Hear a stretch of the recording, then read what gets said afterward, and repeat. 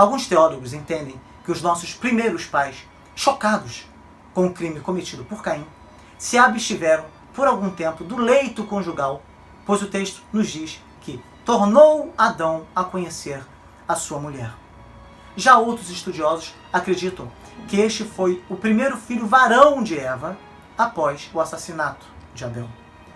Visto que possivelmente ela teve outras filhas neste período.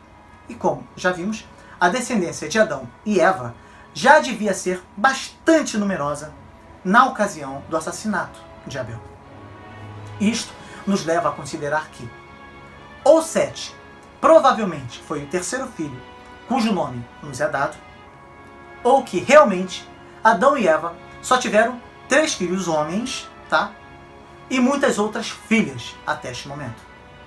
Pois isto já seria suficiente para que houvesse muita gente povoando a terra na ocasião do assassinato de Abel. Neste caso, como afirma Joseph Benson, quando Caim matou Abel, Adão e Eva sofreram a perda dos 2 filhos em apenas um dia. Daí, o grande sofrimento que tiveram e depois a esperança gerada através de mais um filho homem, mais um filho varão, que ocuparia o lugar do justo Abel, já que eles teriam tido apenas mulheres, além daqueles outros 2 filhos, Caim e Abel. Daí a comemoração, quando Sete nasceu. Note com bastante atenção que a raça humana, por ser propensa ao mal, quase toda a família de Adão havia, de várias maneiras, se corrompido.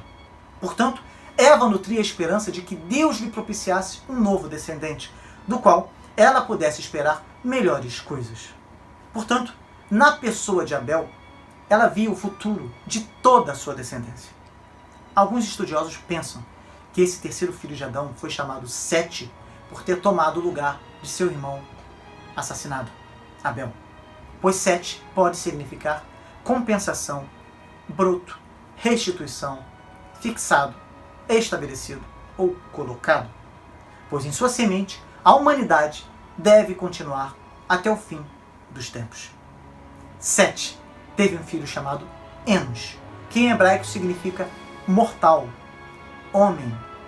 E esta palavra deriva de Anash, que é uma raiz primitiva que significa estar fraco, doente, frágil. E por conta disso, alguns afirmam que a razão pela qual as pessoas começaram a invocar o nome do Senhor foi exatamente porque Enos possuía alguma doença. Se isso foi verdade, Enos foi completamente curado, pois ele viveu mais do que o seu pai, morrendo aos 905 anos de idade. Um garotinho ainda, não é verdade? O fato é que esta linhagem foi marcada e abençoada, dizendo que nesta época começou-se a invocar ou proclamar o nome do Senhor. O verbo invocar abarca aqui todo o culto divino.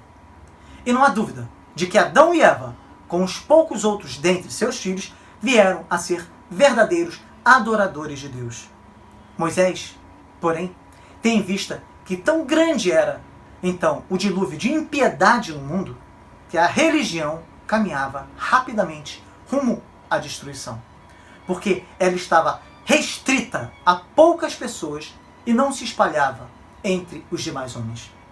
Podemos concluir prontamente que Sete era um íntegro e fiel servo de Deus. E após gerar um filho semelhante a si próprio e constituído uma família justa, a face da igreja começou a manifestar-se distintamente. E o culto divino foi estabelecido para que continuasse na posteridade.